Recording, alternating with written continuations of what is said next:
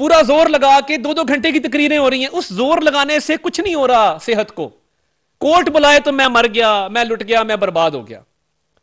تو وکلا نے, جنتر منتر نے اور اس کے ساتھ ڈاکٹروں نے کہا ہے کہ اس کو ڈیلے کریں, جعلی رپورٹیں جمع کرائیں, توشہ خانہ سے بچیں اور ٹیرین وائٹ کے کیس سے بچیں, کیونکہ ٹیرین وائٹ کا کیس بالکل کلیئر ہے. ابھی جمائمہ صاحبہ کے ساتھ ان کی تصویر تھی, بیٹی کے طور پہ لکھا گیا, آرٹیکل بھی آیا, کسی نے ڈینائی نہیں کیا, کوئی بات نہیں. اور یہ قانونی بحث ہے ٹیرین وائٹ والی, کہ کوئی اثاثہ آپ چھپائیں, بچے چھپائیں, جائیداد چھپائیں, آپ کو جواب دینا پڑے گا, ڈسکوالیفیکیشن بنتی ہے.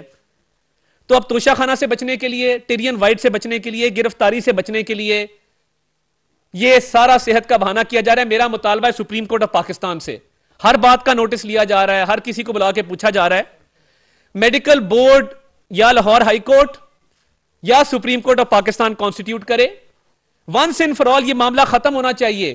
اور میڈیکل بورڈ میں سرکاری ڈاکٹر بھی ہوں, پرائیویٹ ڈاکٹر بھی ہوں, پاکستان کے بہترین جو طبی ماہرین ہیں ان پر مشتمل یہ میڈیکل بورڈ بنایا جائے اور بتایا جائے کہ خان صاحب کی صحت کیسی ہے, اور کیا صحت اتنی خراب واقعی ہے کہ وہ عدالت نہیں جا سکتے اور ان کیسز کو تاخیر کا شکار کر رہے ہیں. تو کیا یہ جائز ہے؟